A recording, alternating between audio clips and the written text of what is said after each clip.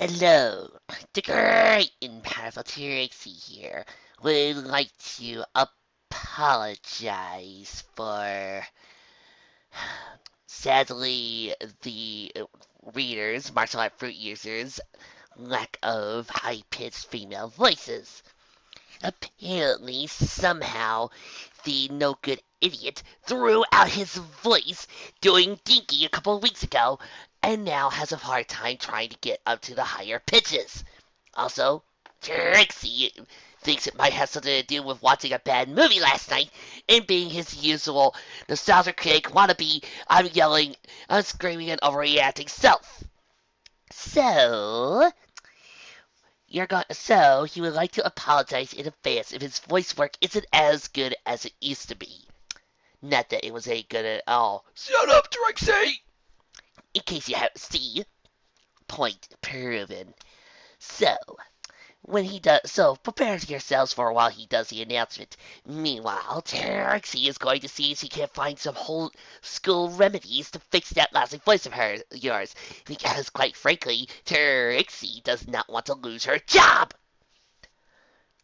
Fine, Trixie, I got it. So, yeah, somehow I threw out my voices, and now my voice sounds like this. See, I can't do it. I've had this problem a few other times where for some odd reason my voices for the high pitched girls always my high pitched voices always seem to run out. So I can't do it right now. Now, this doesn't mean that logging is canceled. Oh no no no no, we're still doing that. It's just that don't expect me to do or or anybody else at that height for a while. Not at least until I get my voice back. It should be about a few days to a week, with any luck. So, let's do this. What are we reading? As you all know, I am a Katsuman fan, and I have watched Battle of the Planets, so I prefer the original Kakatu Nitsutai over time. And this was an early fanfic I used to read when I was much younger. However, tastes changed, and I wonder if I still can enjoy some of these fanfics as I did back now. So, without further ado, the Treeberry Memorial Library, currently under quarantine, is proud to present Watching Over You and Lost Physical Contact. But enjoy Watching Over You by Shakuko. Beta read by Laurie McDonald. Ugh, this is a fine day at New Center Poseidon. I'm sorry. It's Alan Young. He does Scrooge McDuck. I had to. Okay, I'll do the rest as normal Zark. My apologies. So Zark sighed as he looked over the spanking new console. I don't miss Sense of Neptune. It was most fortuitous that we managed to evacuate Crescent Coral Base before Spectre destroyed it. Oh, of course, Rover One. We mustn't forget that it was due to Mark's bravery in getting the message to us that we all got out safely.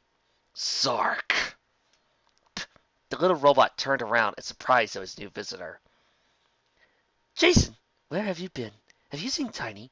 I have been straining my sensors looking for you, and Tiny since you got back. This is a nice surprise.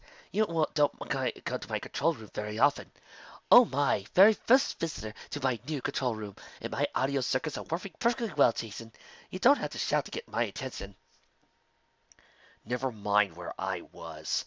Damn you, Zark. What the hell were you playing at?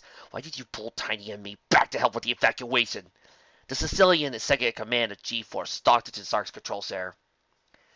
Why? You were needed at Crescent Coral, Jason. We needed the Phoenix to transport the crew and control computer files to safety. Oh, of course, Rover One. We mustn't forget to thank Jason for carrying us out either. Mark needed us. Jason hissed between clenched teeth. Damn it, Zark! The Spectrans! Jason, do you really have to shout? As I said, my audio circuits are working just fine. The lights on the little robot blinked at him with concentration. Mark is going to be all right. He's out of surgery. Mark is in a coma. And why? Because you didn't tell us that the Spectres were burying him within an inch of his life while Tiny and I were on a milk run! Jason, Mark knew the importance of evacuating Crescent Coral before. F you! Jason, that was rude. You weren't there when Tiny and I found him. Jason ignored Zark's protest as he came closer with his fist clenched as if he wanted to do damage to the little robot. Princess and Kia were hysterical. Zoltar made them watch. He made them watch while his soldiers ravaged Mark! Really, Jason, Mark wasn't in that much danger. Zark tried to tell him soothingly. It didn't look. Oops. You knew! Once Mark got the signal out, I was able to home in on him on the filming camera. You saw them working him over, and you still pulled! Martin Madison can perform miracles. Mark will be okay. He always is. He'll be up and about in no time. Why didn't you send us after Mark? You could have died for the beating. That's an exaggeration, Jason. Your imagination. Imagination! How could you miss seeing the blood? Stark was fortunate that Tiny chose that moment to enter. The sturdy G-Force pilot cut Jason from before he could launch himself at the little robot. Tiny, oh, it's such good, perfect timing you came in. The lights on Stark's body were flashing a little wildly at Jason's near attack. This must be a special day. You two hardly ever visit me, and today both of you came in. That's because Sandy Frank was too cheap to animate Jason and Tiny's bodies. Zark. Tiny's voice was controlled and cold as he swung to cursing and struggling Jason bodily away from the robot. I think you owe us an explanation. Oh dear, yes. Jason is still a bit overwrought at Mark's injuries. Maybe you should go visit him. The doctors were very pleased with the progress from the surgery, and he should be up walking around. I saw Princess and Key up. They were looking normal, and Mark did wake up. Splendid. Did you see, Jason? You were worrying for nothing. Mark is on the road to a full recovery. Zark, stop throwing plantains in our face! That stunned both Jason and Zark. They couldn't recall their mild-mannered pilot ever raising his voice before. Jason had stopped struggling, and Tiny decided he trusted enough to release him. What the hell is going on, Zark? Mark, Princess, key up. They're all fine. They don't even remember what really happened in the last 24 hours. Tiny, please. Why my two visitors of the day shouting at me? As I said, my audio circuits are functioning perfectly. Zark, have you been messing with our memories? Jason's voice was barely a whisper as the new suspicions lanced into his mind. Now, Jason, let's not let imagination get too carried. Anderson's too, Tiny growled. When we brought Mark in, Anderson was ready to bust a burn vessel. I saw him in Mark's room and he was smiling. They were all grinning and laughing as if nothing had happened. And why shouldn't our friends be happy? Everything was just fine. Yes, the loss of Crescent Coral Base was a blow to us all, but we carried out an orderly evacuation of the entire facility. Everyone made it out safely, and no one was hurt. And while carrying our metallic butt to safety, the Spectres were doing their damnness to bludgeon Mark to death. He almost died! Tiny, really, Mark was in no danger. With the wonders of modern medicine, he'll be as rain in no time. Why didn't you send us after him first? Princess and Kiev were too broken to talk to us, but we're not blind! There was blood over. He was bleeding. Jason's eyes unfocused as it fought away to the surface. There was blood and some other ficus fluids. Tiny turned to stare at Jason as he latched onto his train of thought. He was bleeding at the Zoltar's soldiers. The Spectrans. They raped him. Take a shot! Jason, that is unheard of and not possible. Really, your imagination... They raped him. They couldn't rape Mark. Their reproductive organs are the same as... They're humans. The Spectran soldiers are... They aren't robots, or androids, or aliens from another planet. They're humans. They're all living, breathing humans. They're like us. How could we have missed noticing that Mark was... Jason's face was gone white. Zark, what have you been doing to our minds? You've made it so that we simply overlook most of the war atrocities. Haven't you? None of the horror really registers to us, does it?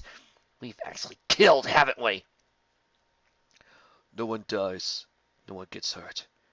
Everybody got away safely. There were no casualties. Tiny intoned radically. When Mark sent you that message, you witnessed their artisanal attack on him, Zark. They hadn't started hitting him yet, had they?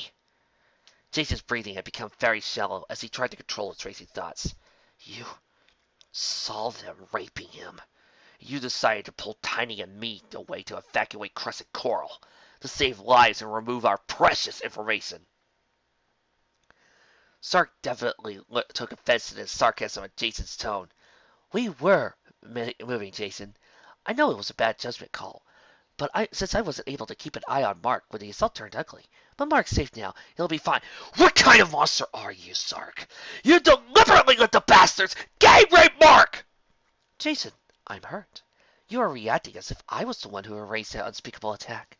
It was going on long before I got involved, and it wasn't as if I gave away the location to Crescent Coral Base just so I could prolong the attack on Mark. Don't you dare try and distract us. Princess Akiop. Zoltar did tell them that he never promised to stop the assault for information. Princess Akiop will now know better to try and deal with Zoltar on his terms. Stunned silence reigned for nearly a full minute. And I'm safe to listen. You would suspect. They'll only remember enough to have a few nightmares. I never intended for you to retain any permanent trauma. Permanent?! Zark, you can so easily write our memories. What else? Tiny's eyes unfocused for a moment. It's happened before. Tiny's voice grew hoarse. I know the feeling, Tiny. I know the feeling. Damn it, Zark. It's happened before, hasn't it? That's why you were worried when the Spectre started to rape Mark. You didn't think he'd be in any danger from being raped by Sultan's soldiers! Tiny's voice raised again in unrestrained fury. Princess. Jason's face went blank. She's been raped as well, hasn't she, Zark? Was this during the Jigo killer mission? While Spectre held her, they raped her before we could rescue her, didn't they? And you covered it up as well? That mechanical jungle mission. That was the one time you goofed with Mark's memory wipe, didn't you? You didn't make it clean enough, and that's why he was so confused? Really? Is it such a crime to remove the more painful memories? I was protecting all of you. G-Force is quite young to be a participant in war. He shouldn't have to worry about... They advanced on him. You've been using this Zarbonic implants against us, haven't you? Using it to remove certain pieces of information. The feeling screens. They're all your tools, aren't they? Tiny and I were outside at the beach earlier. You couldn't reach us there! When else, Zark? Tiny was paling. You did a number on my memory too, didn't you, Zark? On that black-gray mecha mission. What did the Spectres really do to Mark for those 2 days, Zark? Jason, Tiny, really? Zark started to get huffy. Your imagination is running rampant. Nothing has happened. I'm always watching out for you.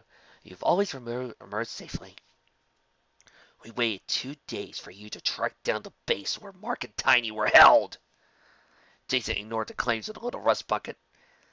Tiny's face went blank as he suddenly charged Zark and swung him to the wall. I remember, you useless rust bucket! Zark was stunned, though not damaged in any way. He was hurt by Tiny's insult. Tiny, what? Zoltar tried to break his spirit. Mark wasn't held prisoner in some sedate glass cell. I was in the cell across from his. I thought I killed man for watching the Spectres assault him! Did you watch that too, Zark? Jason, that's hardly fair. You know I can only pick up transmission signals. I wouldn't have informed of you earlier. The base commander didn't contact Zoltar until long after they finished the recording. I contacted you immediately and destroyed the recordings with an EMP wave before they could be distributed. What? You didn't save a copy for Susan? Jason! Might fuck up her Foz disk. Do you have a tape of Princess's ordeals for those nights with you and your lonely transistors? I am shocked at you. What have you been doing to our memories? Neither members of G-Force realized they were shouting At 7 Zark 7, One Rover 1 had been approaching them quietly with his tail poised, ready to strike. They fell before they even had time to react to the robotic dog's attack. Victims to the powerful sedative in the hypodermic needle Zark had installed in One Rover 1's tail. Zark heaved a heartfelt sigh as he looked at the sleeping teens. Jason, Tiny, I love you. I was only protecting you. Don't you remember what can't hurt you? Oh, I'm sorry. Yes, you did very well, One Rover One. Would you like a treat? The store to the stack say opened, and Mark looked up from his hot chocolate to see Tiny and Jason entering. Princess and Keop grinned and waved at him from behind the counter. Hello, strangers. We haven't seen you in a while. The princess greeted them with an undisguised delight. Sark said that you were both down with a nervous fatigue from evacuating Crescent Coral. He said you were instrumental in getting the people out before the Spectre's attack. Like, Sticker Scoop. My apologies again. Great job, you two. Mark turned to face them with a smile. So, how are you feeling now? Why is rain, brother? Jason unexpectedly reached around Mark and pulled him into a tight hug. Jace? Mark hesitated only slightly in surprise before returning the hug. Are you okay? Is something the matter? Jason released him guiltily, was feeling suddenly embarrassed at this uncharacteristic public display of affection. Mark was looking at him with a mischievous expression. We don't swing that way. Not if the countless of yelly fangirls have anything to say about it. Is it right, girls? Yay! Of course not. I'm sorry. I don't know what came over me just now. I just had this sudden feeling of relief. Jason took a seat beside him. I mean, we were worried about you at the end of that last mission. It was a rough leak, but we pulled it through. Mark petted his shoulder comfortably. We may have lost Crescent Coral, but we all made it out okay. No lives were lost. No one was hurt. Yeah, we're all safe. Tiny reached for the space burger that Keop had unexpectedly placed in front of him. Sark's now has new Marty, Sarah Poseidon. He'll watch over us and warn us of any danger. We'll be safe around him. Oh, phew, that was a close call, Susan. The nerve of Jason. Susan's breathless voice sounded hurt after what Sark told her. How dare he accuse us of being voyeuristic? That is so sick. Oh, don't be so harsh with Susan. With Jason, Susan. He was angry, and he was right that Mark almost died because I made a bad judgment call. But Mark would understand. He would sacrifice anything for the war against Spectra. I would have sacrificed his life. No, Susan, Jason was right. I didn't really need to pull him and Tiny away to evacuate Crescent Coral. I could have let him rescue Mark and the others first. Sark sighed heavily. I should have tried to use it against the princess. I should have paid closer attention to the video feed. I didn't see blood. And later, I had no choice to check on him until I got to Sarah Poseidon up online, but at that time, we were too late to do anything. Sark, you could have known that Sultar would have him ravaged. If we look at past experiences, Sultar never tried to injure him in that way before. Susan paused for a moment. But Sark, for you leave Mark to be raped again, how could you? Isn't that? It still must hurt terribly. No, the doctors can heal and hide all physical injuries. As long as he doesn't remember what Sultar did to him, Mark won't have to face the emotional trauma. And as long as I have my EMP wave generator, Sultar will never get any recordings for his propaganda department. And the rapists? Susan, how could you even imagine that I forget them? Zark sounded deeply offended. Most would have fallen to the team's wrath, Susan. We are talking about Z-Force, and it's easy enough for me to track down and arrange accidents for the few that slip through the cracks. They are, after all, only soldiers. I've taken care of all evidence, Susan. The only one who knows, apart from us, is the one we can't touch. Zoltar. I have to keep a closer watch on Mark. Zoltar had 3 of them prisoner, but only attacked Mark. Mark is the G-Force commander, Zark. And is probably the focus of Zoltar's hatred. But Zoltar's become so brutal lately. Zark, they don't remember the trauma. That must infuriate Zoltar. He probably thinks he has to try worse and worse tortures to hurt G-Force. Oh dear, I hadn't considered that. Fortunately, they didn't injure Princess's reproductive system in her assault. I'm sure Mark and Princess will want children after the war. Hopefully, Sultan will sell on Mark as a target and leave the others alone. Yes, because I can so totally see Mark's reproductive organs not being damaged. 7 Sark 7. That is a terrible thing to wish on somebody you care about. Females have such a much more delicate reproductive system. Mark is young and easier to heal. Zark's tail perched up in his thought. You know, I'll just call in Mark's father, Colonel Cronus, to keep an eye on him. I'm sure he'll be able to keep Spectre's hands off his son. This is the third, no, fourth time you've had to alter Mark's memories, to keep rewriting. No, no, Susan. I don't erase or rewrite anything. I could cause untold damage to their minds. I only put in hypnotic successes that they don't think about, just like I did the human issue with the Spectrans. It did falter with Jason and Tiny. Only for a short while, and it can't be reinforced. They fell silent for a moment. Susan, do you... am I right to do this to them? To manipulate their memories without their consent? Without? Sark, after those terrible days, didn't Mark give you permission? No! Oh, Sark, that's... that's... but it's for his own good, isn't it? We have to have time to let Mark go through months or years of counseling to deal with Zoltar's abuse. That's... that's what I keep telling myself. Zark raised a handkerchief to his faceplate, hoping reverently that he wouldn't start wrestling from the emotional outburst. Mark. Mark was in so much pain, Susan. He was suicidal. He was determined to drown himself rather than face the rest of the team. Nothing I said could get through to him. And Tiny, he was no better off. I could see him behind Mark, tearing the base commander and those unfortunate soldiers from limb to limb. It, it didn't matter to him that they were already dead. I couldn't leave them with those memories, Susan. It was easy to send them a Sinet, and I suggested to put in mental block. But I did feel terribly guilty about tampering with their memories without their consent, Susan. You did it out of love, Sark. You'll do anything to protect G-Force, even to lie. We do this for G-Force, Sark. Remember, never forget that. I'm also familiar with the effort to make that change now, Zark. A burden shared is a burden lightened. I have faith in you to find a way to get Zoltar. You do think of everything, Zark. Yes, I do this for G-Force. The lights on Zark's body flashed with a certain glimmer of determination. I'll watch over them always, and I'll protect them from any pain, in any way I have to. That goes for you readers, too. Yes, I see you out there. You've just seen this little transcription of what I've done.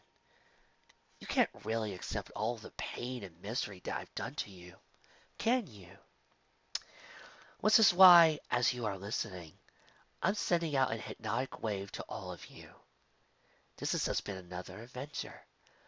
All the bad things and all the people dead never truly happened, did they? You'll be alright. I'm watching over you. All of you. You'll be alright. Yes, you'll be alright. Mark stared at the mirror at the water that was dripping from his face. He had awakened from a nightmare again. He wished he knew why his subconscious mind was so disturbed. Brushing his teeth and blasting water on his face helped him to calm, though. What was the nightmare of? He waked up in the middle of the night with a cold sweat, feeling bad? Was that the word he wanted? He felt like his soul was hurting. Mark snorted at himself and wiped his face dry. My soul is in pain? You'll never make a poet, Mark, he told his old reflection. Mark sighed as he walked back to his bed and settled himself beneath the sheets again. Fear? Was he afraid of something? With Susan at their early warning station and Zark watching over them, they were safe. Spectre couldn't hurt them. Zark is watching over us. Everything's fine. Joke's on you, Zark. I've been mind raped by the best. Chapter 2. Lost visual content. Oh dear, Oh dear, oh dear, oh dear, oh dear. This is terrible, one Rover One. I just can't find Mark. The lights on Seven Zark's body were flashing wildly as the little robot switched back and forth around the surveillance console. Of course I'm worried. We haven't any contact with him since he and Dr. Makashisu went down to their plane. We can't even find the plane. Zark stopped himself short of slamming his steel fist on the console. Zark? Oh, Susan, you startled me. Zark leaned against the console for a moment to try to control the racing lights. I had to call you, Zark. I've seen a blip of a ship that went past my station, heading for Spectra. What? That's horrible. Is Mark on it, Susan? Do you know if I I can't tell, Zark. I can't be sure. I've not received any transmission since Mark. Oh, Zark, what are the Spectrats doing to him this time? Stay calm, Susan. Solstar still wants Dr. Makishi's geothermal equations. He won't give them to the Spectrats if they try to harm him. And if they torture Mark, Zark, even Princess broke down to give the location of Crescent Coral. Dr. Makishi's wouldn't. His heart wasn't that hard. Now, we know Dr. Makishi's. He won't let his work be misused. That's why Mark was acting as his escort. If the Spectres act as savages, he won't tell them anything. No matter. Zark was ready to break down. Susan, you must try to trace that ship. We have to send a team after them. I'll do my best, Zark. The communications probe, which was Susan's interface with Sarah Poseidon, withdrew, leaving Zark alone with his thoughts. Oh. What is Zoltar playing? And just what have you had to plan for the boy this time, brother? Mala asked with ill-concealed disgust as she entered Zoltar's office. A game, perhaps. I plan to transport the G-Force Commander 20 years into the future, dear Zista. Zoltar grinned at her as he presided over a scale model of a future city. I will show it in the world where the Spectral Empire has prevailed and won against its Princess Intergalactic Federation. Then I will see if I can finally uncover the Commander's breaking point. With that would hardly convince Dr. Makashisu to share his geothermal equations and research with us, brother. Oh, the good doctor does not need to know the final fate of the G-Force Commander. Only that Spectra has won, and that he might as well share his research with us, since the Intergalactic Federation no longer exists in this far-flung future. Hasn't your curiosity run its course, brother? Frankly, your steady abuse of the boy disgusts me. Kill him and be done with it. Why do you waste your time? It intrigues me. A lesser man would have been broken by my first treatment of it. Galaxy Security has created a far faster automaton in the G-Force Commander. I am curious as if he has his limits. He is a boy. It is not human. What child could possibly survive the abuse we've inflicted on it without some indication of trauma? I wish no association with your detailed abuse. Ma's eyes were hard as she regarded her brother. What kind of monster are you, Zoltar? To gleefully admit it is not human, sister. How many times do I have to remind you of that? Oh, and you would inflict such tortures on a helpless animal? A dog, perhaps? Even a lab rat? Sister, we know G-Force to be a band of merciless automatons, caring only for their own kind and little else. They kill without remorse, and do not even suffer any trauma for all the abuse we've heaped upon them. Dog and a lab rat can be hurt. They apparently cannot be harmed in that way. Your concern is misplaced. I am not concerned about G-Force. It's you I'm worried about. It was but a moment of madness that made you decide to have the G-Force commander gang raped. When did you suddenly allow this madness to take permanent residence? When did you allow cruelty to govern your every decision with regards to the enemy?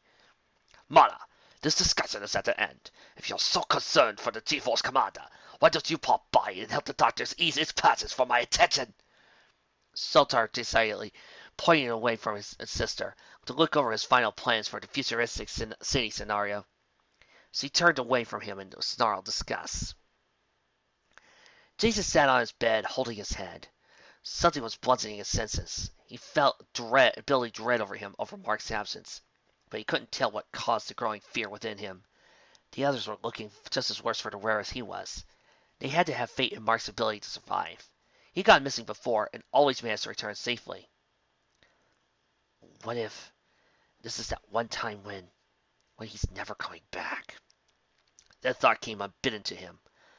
Jason was surprised to feel tears rolling down his cheek. He couldn't remember being so scared that he'd be crying. He brushed away the tears angrily. They weren't going to give up on Mark. Zark and Susan had turned all their sensors to look for him. Whenever one of them was in danger, the two robots always managed to find him and help them get to him in time. A chill ran through Jason's brain, and he frowned. That thought didn't seem quite correct. The bracelet chimed faintly. Mark, bird scramble! All the other thoughts were pushed aside as Jason raced out of his trailer into the G2 marked outside. The expression on Mala's face was reminiscent of a storm brewing as he dragged her brother out of his office. Mala, I really have other... This is something I want you to see, brother. Could you have shown it to me on the monitors instead of dragging me through... No, I disabled all security monitors. Whatever for? I'll explain later, brother. Salter rolled his eyes as he followed her down the corridor. He knew better than to argue with her when she took that tone with him. We're approaching the infirmary. Very perceptive, brother. Mala, what is going on? Why are you so angry? Just shut up and follow me. A doctor was leaning outside one of the recovery rooms as they approached. Salter was quite bewildered to see streams of tears running down his face. Doctor! He's still... His cries are... Captain, he's just a boy. What? Horror. I'm sorry. What? I took delivery of moving the G-Force commander here, Zoltar. I want you to pay attention. Mala pulled her brother along as he opened the door and swept him into the room. Zoltar's eyes widened and his jaw dropped in shock to see a huddled figure wrapped in white wings at the far corner of the room. Great racking sobs ran through the shuddering figure that was curled into a small posture as was physically possible. What? It appears the drugs we used to keep the commander docile created enough of a chemical imbalance to his mind to override certain mental blocks. Mala told him grimly. There you have it, brother. Your proof that you really did traumatize the G-Force commander. Happy? Zark watched the Phoenix approach the Spectre from his console. Be careful, team. I'm not sure why I wasn't able to get physical contact, so I'm afraid I can't advise you on your approach. You've managed to track down Mark, Zark. Jason nodded to the camera. That's enough for us. We'll get him. Radio silence from here on out, Zark. Princess waved her finger at the screen, so no peeking on us. We can handle things from here. Good luck, team. Zark's lights flashed in anxiety as the monitor turned black. Oh, I do hope Mark is all right. My nerves are frazzled. I believe I could use a 10-second oil break. Professor Nambu appeared on one of Zark's monitors. Zark? Oh, Chief Anderson. The team is on their way to get Mark. They just entered radio silence. We'll be hopefully hearing from them again soon. That's good, Zark. Tell me, are you sure you didn't hear anything else from Mark besides the scramble? Why no, Chief Anderson. I find it odd. Odd that Mark didn't try to send us a code. Anderson frowned. That's all, Zark. Just something peculiar. As soon as the little robot off the monitor on his wall, Anderson sank into his chair and raised his hand to his mouth as he turned pale. Oh my lord, what have I created? Anderson quickly walked over to the monitor on the wall and disabled the visual feed before he called the head of his security to his office. What? What is this? Saltar whispered to his sister in stunned surprise as he stared at the shuddering white figure. We can speak normally. The G-Force commander is semi-conscious. I doubt even he is aware that we are standing here. Mala's eyes were hard as regarded her brother. You told me to look in on him, so I did. The guards were clearly anticipating your orders. They took the opportunity to explore, and I noticed him flinching from the touch even though he was unconscious. Flinch? I had my suspicions, brother, so I transported him here and had the doctor raise his level of consciousness slowly. We got this result. Why? Sister, tell me what you know. Apparently, he has been repeatedly betrayed by those two robots who assist Galaxy security in monitoring Spectre's movements and watching over G-Force.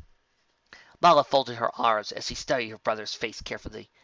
Case point, from what I can piece together, the incident which stands out the strongest occurred when we scored our victory in the destruction of Crescent Coral. Apparently, the robot Zark was fully aware that our soldiers were assassinating him, And yet, the robot diverted all rescue attempts to handle the more pressing and critical concerns of evacuating the Crescent Core before our attack. Zark seems to be someone the commander had thought would look out for his best interests, yet still deliberately left him to be raped and ravaged by our soldiers. Mala caught a slight glimmer in her brother's expression before he was even aware she was moving, her fist connected with her brother's face.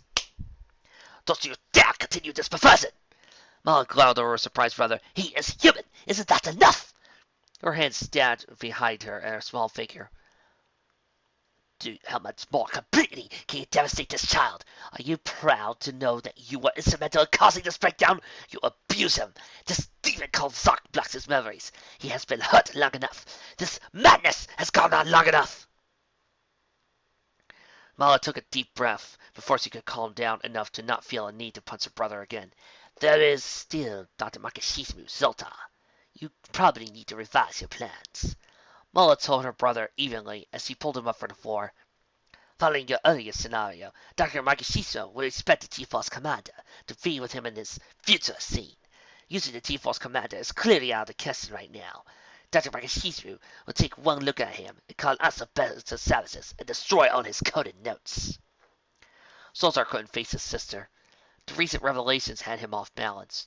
The sound of that heart-wrenching crying knocked a considerably large hole in his perception of G-Force. He felt ashamed for the freak flicker of maliciousness which prompted his sister to hurt him. All his arms prevented him from approaching the crimson figure. I do not suggest you go anywhere near him, brother. The T-Force commander may be weakened by the drugs, but he is not any less dangerous. Solstar glanced in the indicated direction to see the drying blood on the floor. I thought he was being uncharacteristically merciful. His 4 gods are in the world of hurt. They will live. You, on the other hand, shouldn't push your luck. I think I need a moment to reconsider my options. And him? No, leave him alive for now. Would it be safe to leave him here? The child is incapacitated by trauma. He will be little dangerous to us for the moment. Mala gestured her gun. This is a quicker and more merciful end, you know. Leave him. Put guards outside the door, with orders to keep their hands to themselves. I'll decide what to do with him later. You like to play with the enemy too much, brother. Not like that. Zoltar flushed at her words as his eyes drawn back to the corner. Not anymore. They left the room, letting its sole occupant continue to cry in privacy. Shortly, a shadow appeared on the ventilation grills, and a blue-winged figure sullenly darted into the room. Mark? Oh, by the way, people, this is still a better ground story than the Gatchaman movie. Zark's lights flashed in a patter of annoyance as he stared at the blackened screens of the console. Oh, I wish the Phoenix cameras didn't malfunction. Yip, yip. Huh? Oh, I'm sorry, Rover One. I'm being overly concerned. Jason already told us that Mark's fine and back with him. I just wish I had visual confirmation. Yep, yep. All I know, now that the team has retrieved Dr. Makashimu, G-Force has to maintain radio silence so the Spectres can't track him down and give chase. But I'm sure they're not supposed to be invisible to me, too. How can I watch over them if I lost all visual contact? Oh, this is too much of a coincidence. There must be a malfunction with the electrical systems of Sarah Poseidon. Zark wrung his hands in frustration. First, I can't lock onto the Spectre cameras after Mark gave a clear location. Then, I've lost visual contact with the Phoenix. To top it all off, I've been steadily losing my surveillance cameras around the base the whole afternoon. Where are those servicemen? I put in a work order an hour ago. Yep, yep. I know, Rover One. I'm being edgy. I'm just so worried about Mark, and I can't really assess the damage Mark has been through without visual contact. Zark sighed. At least we know he is alive. We can handle any abuse the Spectres inflict, as long as they don't kill him. Our doctors can heal all his physical injuries, while I block the rest. Block what, Zark? The little robot turned in surprise at his unexpected visitor. Princess, when did the Phoenix dock? I wasn't aware that you're all back. How's Mark? Princess Zark, I need some answers. The swan strode in determinedly. Her stance was rigid after her eyes looked as she had just been crying. Of course, Princess. Ask away. But first, tell me how Mark is. Zark asked her eagerly. Susan and I were so worried about him. Really? How much did you see for your surveillance console, Zark? How much did you see? Princess, I'm not quite sure I understand. How much do you really know, Zark? How much have you hidden from us? Princess's green eyes were starting to light up as if on fire. Princess, I don't know what you mean. Damn you, Zark. I'm remembering things. Oh dear. Now, Princess, this isn't a very good time for this. All the worrying we were going through over Mark. It's valid beyond our fears, isn't it? You've been understanding their danger the whole time, haven't you? Princess, it was really good for your own good. If you... All those nightmares, they really happened, didn't they, Zark? There were tears streaming down from her face. It was not bad enough to see Mark as he now. Her voice turned cold. On the flight back from Spectra, I started remembering details. So did Kiop. My little brother is lying on the floor of the Phoenix, hugging the chair and crying! Prin, it wasn't just a nightmare. We actually witnessed the Spectre's gang rape and ravish Mark, and you made us forget. Now, Prin, Sark, you can't erase it and treat it like it never happened. The princess was screaming out now. The Spectres have been abusing us. You've been covering it up for them. My God, you don't even care enough to bother to get us help. Mark went catatonic, Sark! The Spectres have been abusing us, and you've been covering up for them. My God, you don't even care enough to bother to get us help. Mark went catatonic, Sark! Princess, how can you think I don't care? And I can face Mark. Why didn't you arrange counseling? Why didn't you get us help? Kiop was wetting his bed for weeks, and we didn't know why! Kiop, I didn't know. Well, we can fix that now. Sark, that's not the point. We trusted you. You say you love us, so why are you messing with our heads? What have you been doing with us? Princess, please. I'm doing this for all your own good. I wanted to protect you. I was right, wasn't I? You made me forget. But that doesn't take away the pain, Zark. You're not helping us by making us forget! Of course I am. What you don't remember won't... That's not true! The sudden crash turned their pile to a mechanical debris, which landed against one of Zark's control panels. One rover one. The little mechanical dog sputtered and sparked, quite dead. Princess, do what is right. Anderson stood at the door, holding a baseball bat. Chief Anderson, what has come over you? Why... These are my children, Zark. You've been hiding. They suffer so much. How could you not let us get them help? How could you leave them to suffer in silence? I was protecting... You are a monster! The princess flung her yo-yo at the little robot. Zark grasped the yo-yo and bedded itself into his chest. Princess, please, I love you. Everything I do is for your own good. You don't love us, Zark, else you wouldn't rape our minds. Princess! The cry went up abruptly, an explosion that blew the head of the little robot into pieces. But even that wasn't enough for the swan. She grabbed a baseball bat from Anderson and swung it at the remains of the robot. Her sobs punctuated each impact of the baseball bat against the squad robot body. When all that remained of 7 Zark 7 was a spluttering piece of rubble, Anderson caught the battered bat and removed from her grip. Chief. Oh, Chief. Princess turned to him and darted into his arms. Anderson cradled the princess in his arms as he cried. It's okay now, Princess. We'll have things under control again. He told her soothingly. We made the base safe until we could take down Susan at the early warning station. They're not going to go take over our mines again. All the surveillance equipment has been shut down. Anderson sighed ruefully at the sputtering remains of the security robot. I guess you just were a little ahead of me. Princess looked up from his shirt and flushed slightly in embarrassment as he looked at the baseball bat at her feet. I'm sorry. I was just so selfish. I didn't even let you hit him at all. Oh, it was enough satisfaction to watch you destroy Zark, Princess. Anderson shook his head with a wry grin. I'm proud of you. You can still kick him. Oh, I would never kick Zark. After? I'd break my toe. Anderson jerked his head toward the smaller pile. Rover, on the other hand.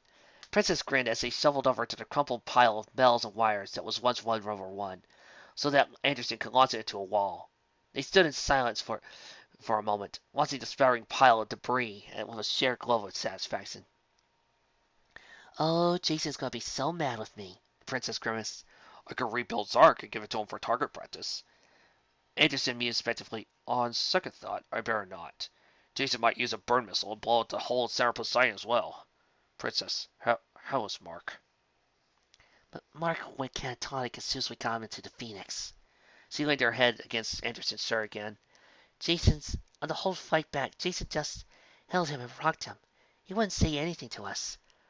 I don't think Jason even knows we died.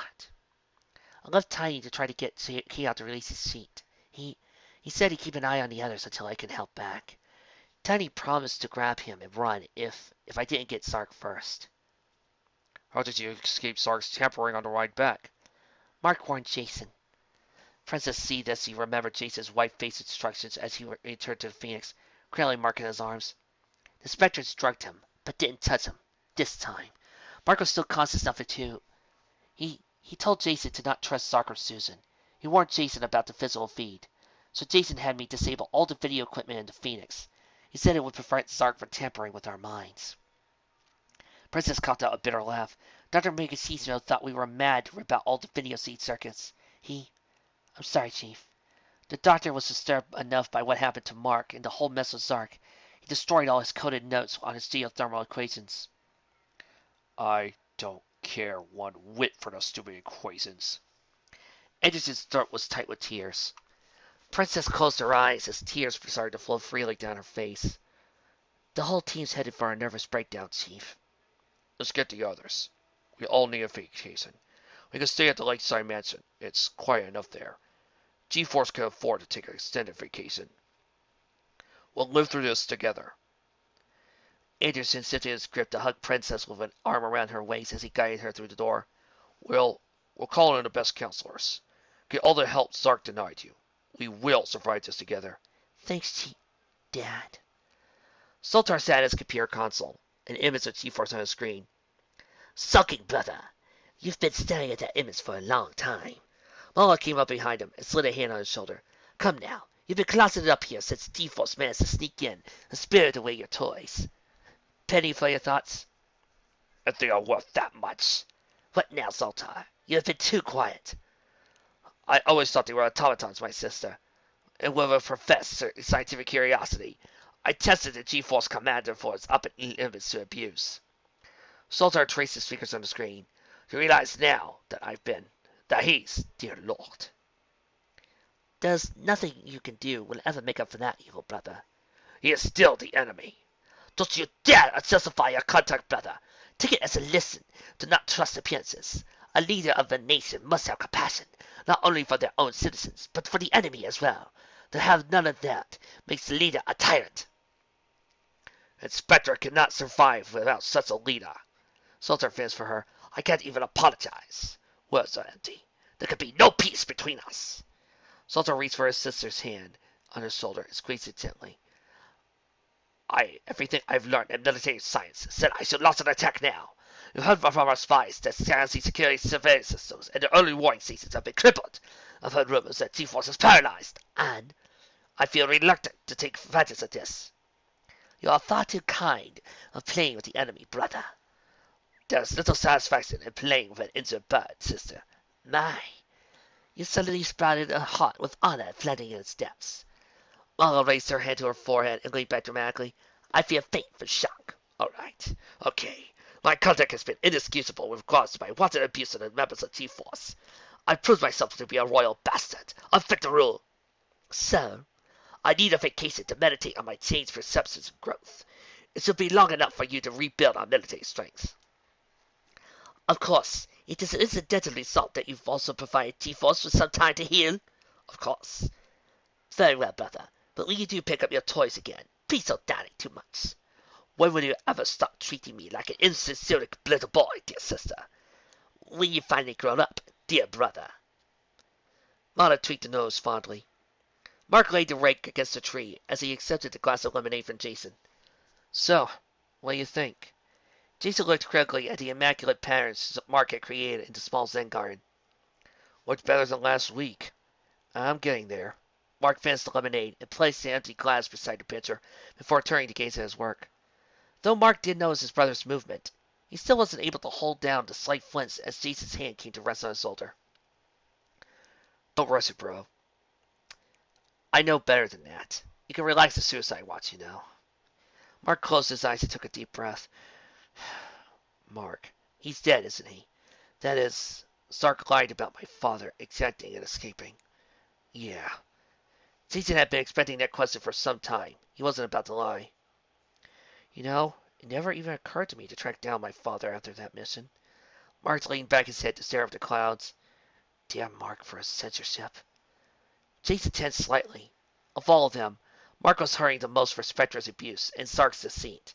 He was also the last to enter counseling, as it took them quite a while to draw him out of his earlier catatonic state. Jason squeezed Mark's shoulder in comfort. Mark sucked in a deep breath. I wonder what Dad would say if we proposed to bring the war to the enemy instead of firefighting all the time.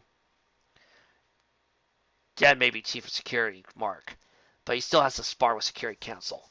That bunch of old curmudgeons will probably throw a fit if we propose an attack. Jason snored as he shook his head. But does that mean I get to fire the burn missiles without you fighting me every step of the way now? You've got to hope, Mark Storiam. I'm the one who has to fill out all the paperwork. But if you want to take over that responsibility, I hate filling out the forms. Then you don't get to push the red button. That started Jason laughed as Mark grinned at him. Mark picked up the rake while Jason grabbed the pitcher and glasses. They turned toward the mansion, trailing laughter in their steps. Hmm. Okay. So, this fact. Let's talk about it.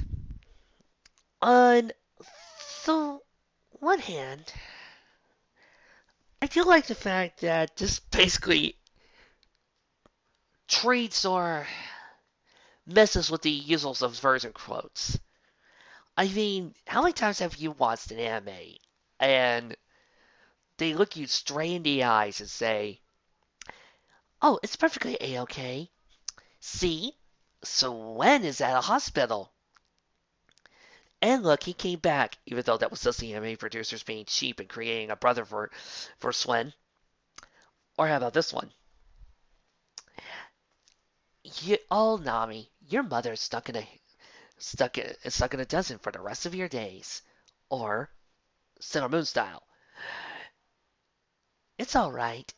They've all been captured and taken to the Negaverse. They are not dead. Even though, with the way the scene was directed and acted, you'd think they were. So, that's what I like about it. Is that I think my problem, and yes, this is well written, and I do like watching I do like watching Seven Zark 7 acting like this cold robot, and I do like that their reactions are legitimate, that they are reacting like real people. All those are done really well, and I also do like some of the darker turns, the beatdowns especially. Not so much the rape, but personal preferences and all that. I also enjoyed watching I also enjoyed some of the relationships between them, and I also enjoy the brother and sister moment between Zoltar and Ma. Even though I know the truth between those two, that the whole entire brother sister thing is just them being one and the same, thanks to the Illuminous one. But I still got a few complaints. For one, I think Zark 7 was being too nice about it. I mean, I know in the show we see him react emotionally, but I think it would have been better if there wasn't so much of him wringing his hands or acting nervous or scared, but rather being cold about it. Just being, "Oh, I'm sorry."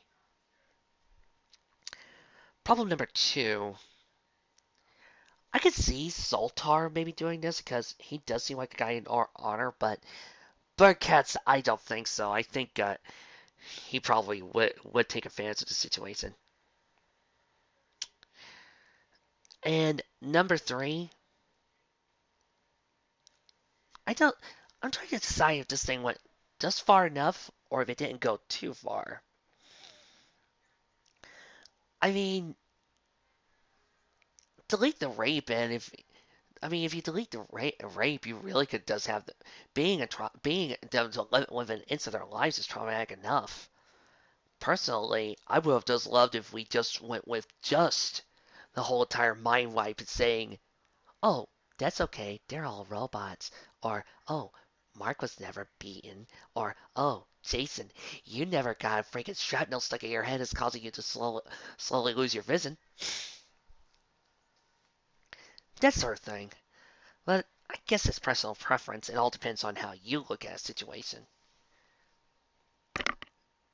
Third problem, I guess, would be, like, once again going back to it didn't go far enough.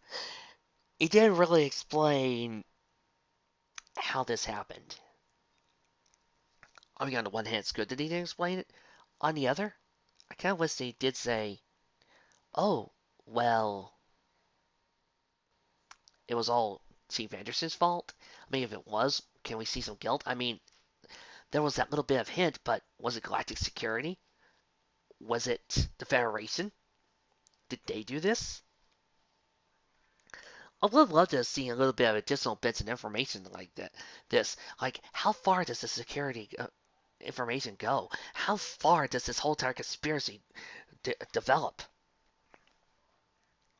Personally, I would love to see that because that would be really interesting motif to take a peek on. I mean, after all, just imagine how the Voltron Force, not the team, not our boys that say Go Lion, because remember, Go Lion, they are aliens and they die. But what about, say, Voltron? I mean, what about, say, the Voltron Force, where they keep being told that every member of Diabol's team are robots? How would they react when they found out that the Galaxy Alliance has wiped out all their minds and made them cold and emotionless to the deaths and sorrow around them? If there is a Voltron fic, please like that, please let me know, people. I will read it, and as soon as my girl voice comes back into action, I will so totally do Princess. I also think that I also think that this fic feels like it's missing something. I don't know why. Maybe it's just like places me. Maybe I feel like there's something that needs to be added. Maybe a third chapter. I don't know. But overall, it's sort of okay. It's good. It is a good dark fic, but there are certain small bits and errors here for plot details. Well, next week it's back to the Longingverse, and I wonder what next Fandom Fridays is. Oh, by the way, I heard about your little trick with Mikan. Good plan. Really?